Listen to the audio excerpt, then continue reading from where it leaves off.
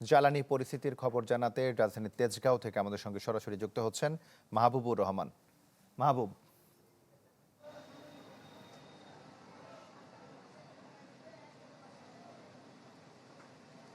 তমাল, এটি তেজগাঁওয়ের city filling station. এটি অনেক ব্যস্ত একটি ফিলিং স্টেশন। এখানে ঠিক যখন থেকে তেল দেওয়া শুরু হয়েছে, এখানে বিপুল সংখ্যক মোটরসাইকেল আরোহী এবং যে সকল প্রাইভেট কার রয়েছে সেগুলোর চালকরা কিন্তু এখান থেকে তেল নিচ্ছেন। এবং এই সিটি ফিলিং স্টেশনে এখানে মোটরসাইকেল আরোহীদের জন্য 500 টাকা পর্যন্ত তেল দেওয়া হচ্ছে বলে আমরা আর চালকদের সাথে আমরা কথা বলে আমরা জানতে পেরেছি। এবং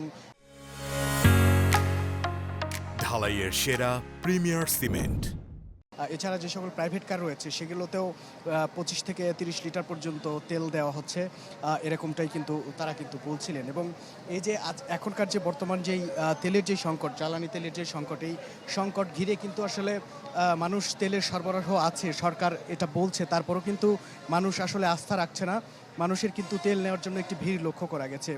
তমাল, একটি বিষয় সেটি হচ্ছে আজও কিন্তু জ্বালানি মন্ত্রণালয় একটি সংবাদ সম্মেলন করেছে এবং তারা কিন্তু জ্বালানি তেলের মজুতের একটি পরিসংখ্যান তুলে ধরেছে। তারা যেটি বলছে যে বর্তমানে 1,01,000 টন ডিজেল মজুত রয়েছে, 31,821 টন অকটেন, 18,211 টন পেট্রোল এবং ফার্নেস অয়েল রয়েছে এবং 18,223 টন জেট ফুয়েল মজুত রয়েছে। তারা এটি বলছে। তবে এই মজুতের যে পরিমাণ রয়েছে সেটি দিয়ে কিন্তু মাস দুয়েক চলা সম্ভব বলে তারা সেটি জানাচ্ছে যে নিশ্চিত 2 মাসের জ্বালানি মজুত রয়েছে। কিন্তু ঠিক এই সংবাদের পরও, এই খবরের পরও মানুষের যেই জ্বালানি তেলের জন্য যে তেলের যেই পাম্প রয়েছে সেই পাম্পে এসে যে লাইন, যেই দীর্ঘ সারি, সেই দীর্ঘ সারি এবং সেই দীর্ঘ সারিতে কিন্তু ব্যাপক ভোগান্তি হচ্ছে তাদের।